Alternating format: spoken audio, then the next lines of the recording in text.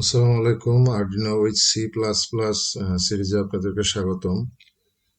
তো এই সিরিজটি শুরু করার আগে আমি একটা কথা বলে রাখি, আপনারা সি প্লাস প্লাস সম্বন্ধে যাদের সামান্যতম ধারণা রয়েছে বা বেসিক ধারণা রয়েছে, আপনারা চাইলে এই সিরিজটি অ্যাভয়েড করতে পারেন। এটি শুধুমাত্র বিগিনারদের জন্য যাদের সামান্যতম ধারণা নেই বা এমবেডেড সিস্টেমে কিভাবে সি প্লাস প্লাস ইউজ করতে হয় এই সম্বন্ধে কোনো ধারণা নেই।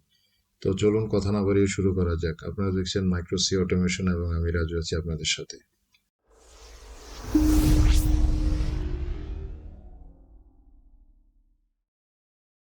সি প্লাস প্লাস হচ্ছে অবজেক্ট ওরিয়েন্টেড ল্যাঙ্গুয়েজ। এটা মিডল লেভেল ল্যাঙ্গুয়েজ।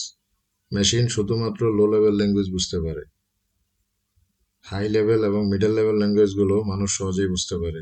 আমাদের তৈরি করা প্রোগ্রামকে কম্পাইল করা হলে মেশিন রিডেবল ফাইল তৈরি হয়, যা মেশিন সহজেই বুঝতে পারে, কিন্তু তা মানুষের পক্ষে বোঝা প্রায় অসম্ভব।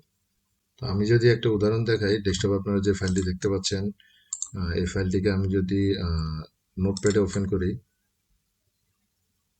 এখানে শুধুমাত্র কিছু নাম্বার ছাড়া আর কিছুই বোঝা যাচ্ছে না। এটি মেশিন সহজেই বুঝতে পারে, কিন্তু মানুষের পক্ষে এটা বোঝা প্রায় অসম্ভব।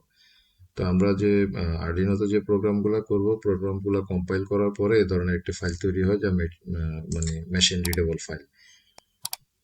তো এই সিরিজে শুধুমাত্র এমবেডেড সিস্টেমে কিভাবে সি প্লাস প্লাস ইউজ করা হয় আমরা এই বিষয়টা নিয়ে আলোচনা করবো। তো চলুন আমরা আর্ডিনো আইডিতে চলে যাই। তো আর্ডিনো ওপেন করলে এ ধরনের একটা ইন্টারফেস দেখতে পাবেন। এখানে দুটি বিল্ট ইন ফাংশন রয়েছে, ভয়েড সেটআপ এবং ভয়েড লুপ। এই ফাংশনটি অ্যাকচুয়ালি আর্ডিনোর জন্য ম্যান্ডেটরি, এটা অবশ্যই লাগবে। তো এই ফাংশন দুটির কাজ কি? এই ফাংশন দুটির কাজ হচ্ছে ভয়েড সেটআপ। মূলত যে কোডগুলা ভয়েড সেটআপের মধ্যে থাকে, এগুলা শুধুমাত্র একবারই এক্সিকিউট হয়, এগুলা দ্বিতীয়বার এক্সিকিউট হয় না। এবং ভয়েড লুপে যে কোডগুলো থাকে, এগুলো রিপিটেডলি এক্সিকিউট হতে থাকে। যতক্ষণ পর্যন্ত আমরা পাওয়ার অফ না করব, ঠিক ততক্ষণ পর্যন্ত এই কোডগুলো পর্যায়ক্রমে এক্সিকিউট হয়। তো আজকে আমরা একটি প্রোগ্রাম করব। আমরা একটা প্রিন্ট নেব এই উনো আর্ডিনো উনো থেকে। আমরা আজকে একটা সিরিয়াল মনিটরের মাধ্যমে একটা প্রিন্ট নেব। তো সিরিয়াল মনিটরটাকে ইনিশিয়ালাইজ করার জন্য আমাদেরকে একটা কোড লিখতে হবে, সিরিয়াল ডট বিগিন।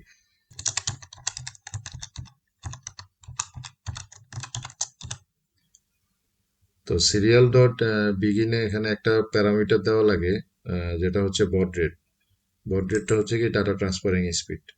আমি সাধারণত 9600 ইউজ করি। আপনারা চাইলে আরো অন্যান্য বড রেট রয়েছে, বিভিন্ন প্যারামিটার আমি যদি দেখাই, সিরিয়াল মনিটরের ডান পাশে এখানে আপনারা যদি দেখেন এই যে বড রেট, এখানে বিভিন্ন বড রেট রয়েছে। আপনারা আপনাদের চাহিদা মতো বা পছন্দ মতো যে কোনো একটি বড রেট আপনারা ইউজ করতে পারেন। কিন্তু একটা জিনিস খেয়াল রাখতে হবে, সিরিয়াল ডট বিগিনে আমরা যে প্যারামিটারটি ইউজ করব, ঠিক আহ, আমাদের সিরিয়াল মনিটরে এখানে আমাদের ঠিক ওই প্যারামিটারটি ইউজ করা লাগবে। তাছাড়া কিন্তু আমরা ঠিকঠাক আউটপুট পাবো না। তো সিরিয়াল মনিটরে যদি কোনো কিছু প্রিন্ট দিতে চাই, সেক্ষেত্রে আমাদেরকে সিরিয়াল ডট প্রিন্ট এই কমান্ডটি ব্যবহার করতে হবে।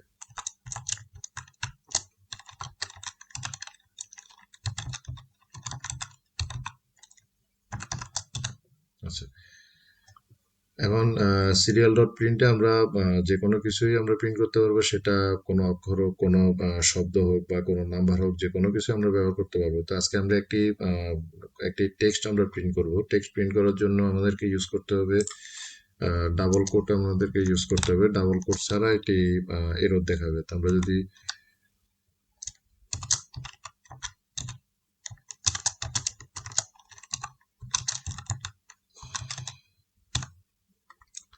আচ্ছা, আমরা যদি এই টেক্সটটাকে আমরা এখন সিরিয়াল মনিটরে প্রিন্ট করতে যাই, সেক্ষেত্রে আমাদের প্রথমে আমাদের এই কোডটাকে কম্পাইল করতে হবে। কম্পাইল করার জন্য আমরা এই ভেরিফাই বাটনে ক্লিক করব।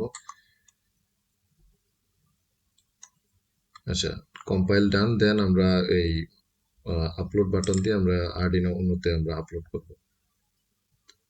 তো আরডিনো উনো সঠিকভাবে কানেক্ট হয়েছে কিনা এটা দেখার জন্য টুলসে বোর্ড আরডিনো উনো, দেন আরডিনো এভিআর বোর্ড, এখান থেকে আমরা আরডিনো উনো সিলেক্ট করব। দেন হচ্ছে পোর্টে আমরা কম্পোর্ট, আমার এখানে কম্পোর্ট 4 এ কানেক্ট হয়েছে আরডিনো উনো। তো আপনারা যদি পোর্ট কনফিগার করতে না পারেন, সেক্ষেত্রে আমার আরডিনো বাংলা টিউটোরিয়ালে আরডিনো আইডি যে ভিডিওটি রয়েছে আপনারা ওইটি দেখতে পারেন। তো আমরা যদি এখন সিরিয়াল মনিটর অন করি সেক্ষেত্রে আমরা দেখতে পাচ্ছি মাইক্রো সি অটোমেশন আমাদের এই টেক্সটটি প্রিন্ট হচ্ছে, কিন্তু টেক্সটটি নিউ লাইন ক্রিয়েট হচ্ছে না, মানে এটা একটার পর একটা প্রিন্ট হচ্ছে কিন্তু একটা নিচে নিচে হচ্ছে না। তো নিচে নিচে আমরা যদি নিউ লাইন ক্রিয়েট করতে যাই সেক্ষেত্রে আমাদেরকে সিরিয়াল প্রিন্ট এই কমান্ডের শেষে আমাদেরকে ইউজ করতে হবে এলএন, মানে এলএন এর মাধ্যমে নিউ লাইনকে বোঝায়। তো এই কমান্ডটির মাধ্যমে আমরা যে প্রিন্ট যে কোনো কিছু যদি প্রিন্ট করতে যাই সেক্ষেত্রে প্রতিবারই সে নিউ লাইন ক্রিয়েট করে নেবে। তো আমরা কোডটিকে প্রথমে ভেরিফাই করব, কম্পাইল করব, দেন আমরা এটা আর্ডিনো উনোতে আমরা আপলোড করব।